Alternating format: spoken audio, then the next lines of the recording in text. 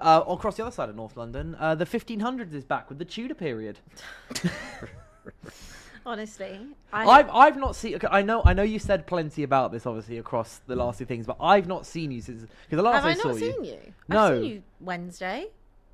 not since Tudor was announced. Oh, I've not seen you since Tudor. No, was yeah, announced, well, yeah, no. but you came on the day that Thomas Frank was honestly, sacked. I haven't really got much to say. I don't really know anything about the guy, apart from the fact that, look, X said it best yesterday. He is Antonio because that is what we think that he is. From anything I've read, in terms of the way he sets up, he quite likes a high line, but he likes a back three. I've read that apparently it's quite Conte-esque, but more chaotic. So it looks like we're getting a hybrid.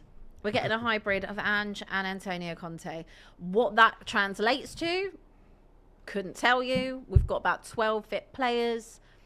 Cool. Do I fancy us with a back three?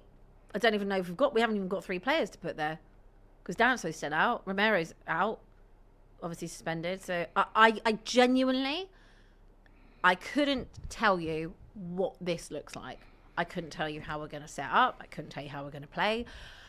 It's a lot of hit and hope for me, in honesty. Like, I don't know if you wanted more information out of me when it comes to Darius to Tudor. Yeah, to Darius to Tudor. Darius to Tudor is a cold line. Like, it's also farcical. Fuad cooked with that one, I think. He did. It's incredibly farcical what's obviously going on at this football club. But I have to be honest, like, last week was such a traumatic week and it was such a draining week, and I was so tired by the time it got to the weekend. All I felt I'd done is talk. And I get that's my job. I was about to say, it's almost like you're paid to. I had literally just feel like I was so sick of my own voice and so sick of repeating the same stuff on every single channel.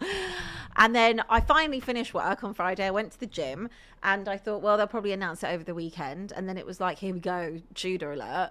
And I was like, I just can't go. I'll just have a gym session in peace. And then I was like, what on earth is this? Who is this? Why? Why have you done this? So I don't know. Apparently he goes into clubs and he sets off all right. He hits the ground running early on, and then it goes to... It's just till the end of the season, right? Yes. Yeah. Are you a bit gutted that Big H isn't in the dugout? Look, that was my pick, and I think that there was a lot of people that also agreed with my pick. Lots of people that didn't agree because they think he's 78. As far as I'm concerned, at 78, if you can still make your way to Cheltenham, you can still manage a football team. As far as I'm concerned, it wouldn't just be on him. He'd obviously have a lot of other coaching staff with him. Yeah. You know, I felt I wanted Harry because of all the reasons I said. I think that you've got to have Tottenham people in Tottenham. We're in a very, very bad situation, and I think that we needed that little bit of energy to come with it. The club have obviously gone in a different direction to what I suggested. Let's see if they're correct in this decision. If not, we'll be talking from the Championship. And I would also say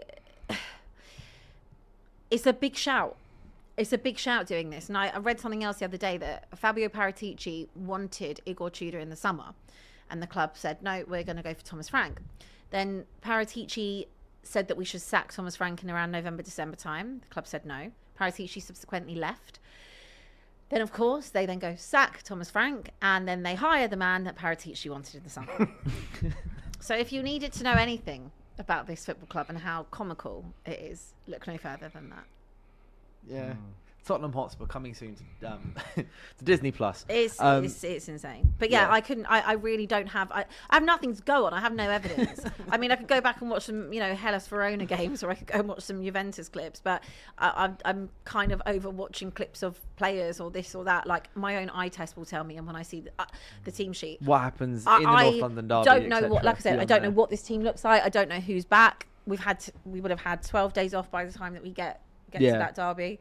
I think potentially Porro could be back, but apart from that, everyone else is on long-term injuries. Apparently, he's known as the firefighter. This guy, and I'm looking at he's done this type of thing before, where he's come in and saved clubs from relegation, etc., etc. But he is, from what I can see, highly regarded. I mean, he's got quite a varied CV. He's been at Juventus, Lazio, Marseille, Hellas Verona, as you alluded to, Udinese, Galatasaray, Hajduk Split. So he's been round the... He's basically been sacked from every single one. But most managers get sacked. But within he doesn't stay in places particularly long. No. I did read it out on yesterday's show. And look, I don't want to be negative because I don't really have anything to go off here. I'm trying to be positive. I'll get behind him. Whatever. He's got my full support. He can't be any worse, surely, than Thomas Frank. But I think that the ultimate bottom line is that Tottenham have left it extremely late. Tottenham should have sacked Thomas Frank. I would have sacked him after the derby, but fine, he didn't.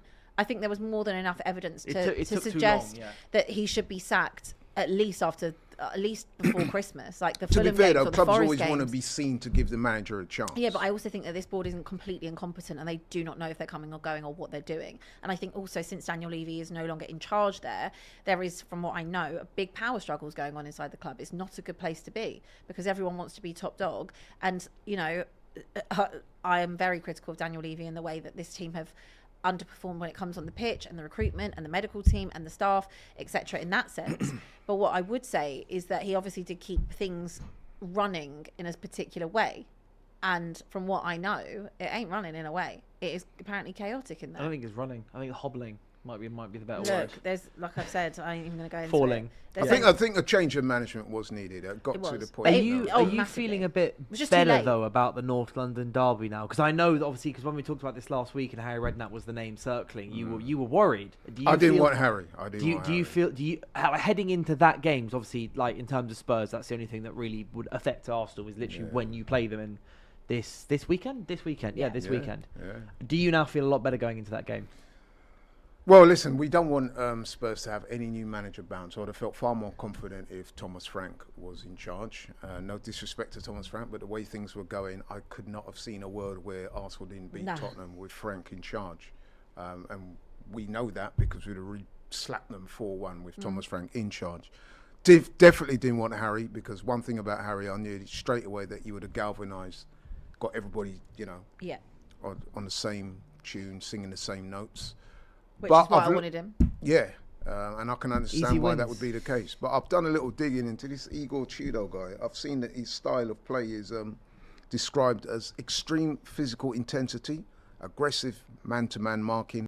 Definitely didn't want Harry because one thing about Harry, I knew straight away that he would have galvanised, got everybody, on the same tune, singing the same notes.